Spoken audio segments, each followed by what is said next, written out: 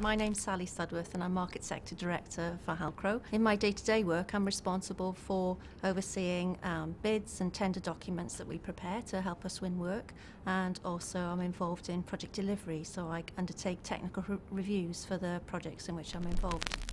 What I've really enjoyed about the job that I do at the moment is that a lot of the projects in which I'm involved have a really positive benefit to some of the local communities. We do a lot of work in Wales, in the Neath Valley. We've undertaken two quite large projects there, and that's involved building new flood defences alongside the River Neath. So that's resulted in improved flood protection for those communities. As a young child, I was inspired by the building of the Severn Bridge. Just the spectacle of seeing this, fantastic bridge being built inspired me to go into engineering.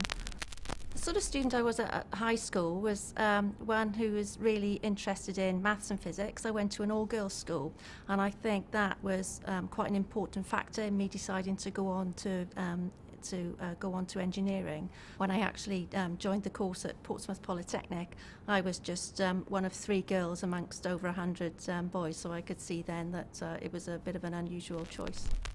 After my degree, I applied to a small consultancy and was very much a junior who was helping all of the senior engineers who worked at that practice. One of the senior engineers I reported to was a fantastic Syrian lady who was the epitome of femininity. She used to have very long red nails and wear fluffy Angora dresses. So she really showed me that to be an engineer meant that you didn't have to be dowdy, that you could be comfortable in being a woman, and that it really didn't matter. She still had the respect of her colleagues. So she was a great role model to follow.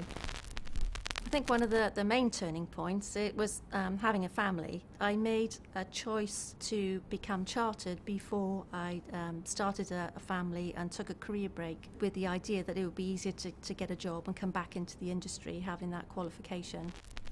I applied to the Environment Agency for my first job back, and they were reluctant to offer me a full-time position. I was only able to secure a temporary contract because they weren't convinced really that as a working mum, somebody who'd been out of the scene for 2 years was going to be able to do the job.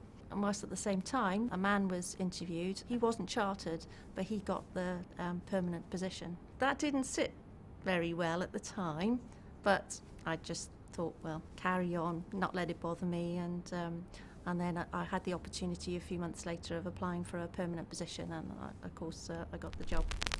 One of the most stressful times in my career was when I worked part-time, when I was a young working mum. When I was at work in the office, I felt like I had to give 110% to show that I wasn't letting my colleagues down.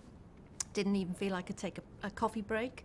And then when I got home, I thought, well, because I'm working part-time, everything in the house should be pristine and clean and tidy and extremely well organised.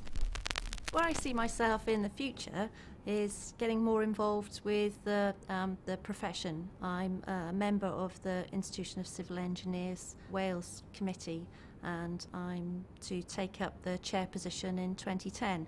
I'd really like to be able to, as a result of that, show that women can achieve those sorts of positions in engineering, and I'd like to have a theme that will help promote that.